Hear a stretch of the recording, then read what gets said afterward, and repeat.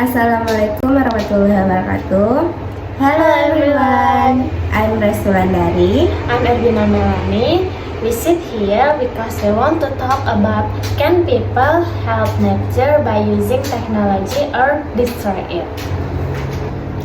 Dina, what do you think about can people save nature by using technology or destroy it? In my opinion, the development of technology has a good impact, but it has many bad impacts. So I think people can save nature, but also can destroy it. Oh really? But in my opinion, technology has many good impact than bad. For example, how people save sea turtle incubate their egg by using incubator. Sorry, I don't agree with you. You already said that. Do you ever heard about people who sell sea turtle in the black market? Where do you think they can get that many sea turtle if not from that health activities? It seems they are who sell sea turtle are not responsible. They must be considered by sea turtle conservation supervisor.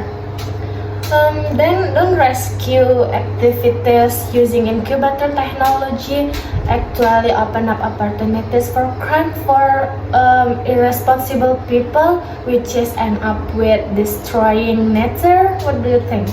Yes, of course, this must be considered by the sea turtle conservation supervisor, so no one take advantage from these activities.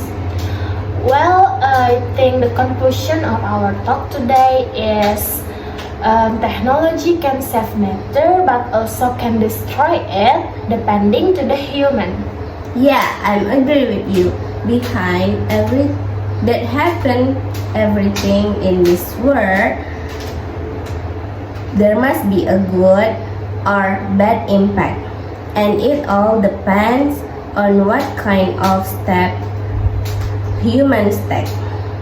Okay, I think that's all about our talk today. Thank you for watching and Bye bye, see you.